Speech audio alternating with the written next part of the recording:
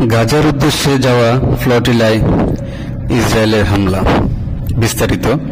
গাজার উপকূলের কাছাকাছি পৌঁছানোর পর ইসরায়েলি নৌবাহিনী 13টি জাহাজ আটক করে।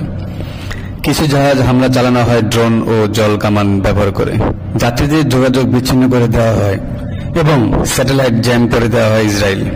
ইতিমধ্যে স্পেন, তুরস্ক, ইতালি, মালয়েশিয়া বহু অংশগ্রহণকারীকে আটক করা হয়েছে। ধারণা করা হচ্ছে 2 শতাধিক মানবাধিকার কর্মী এখন ইসরায়েলের হেফাজতে।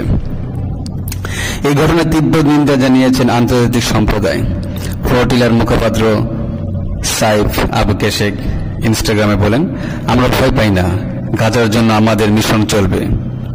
তারা এটিকে একটি শান্তিপূর্ণ মানবিক উদ্বেগ বললেও ইসরায়েল এটিকে নিরাপত্তার জন্য হুমকি বলে অভিহিত করেছেন।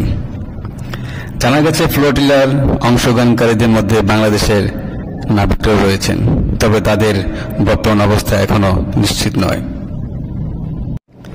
বাংলাদেশ সহ পুরো বিশ্বের প্রতিটা দেশ, মানবাধিকার কর্মী সহ আমরা চেয়ে আছি ফ্লোটিলার দিকে। তা আমরা আশা করছি 30টি জাহাজ এরই মধ্যে গাজায় পৌঁছে যাবে। মানবতার জয় হবে, ইসরায়েলের আগ্রাসন ধ্বংস হবে। এটি হচ্ছে আমাদের প্রতিপাদ্য বিষয়।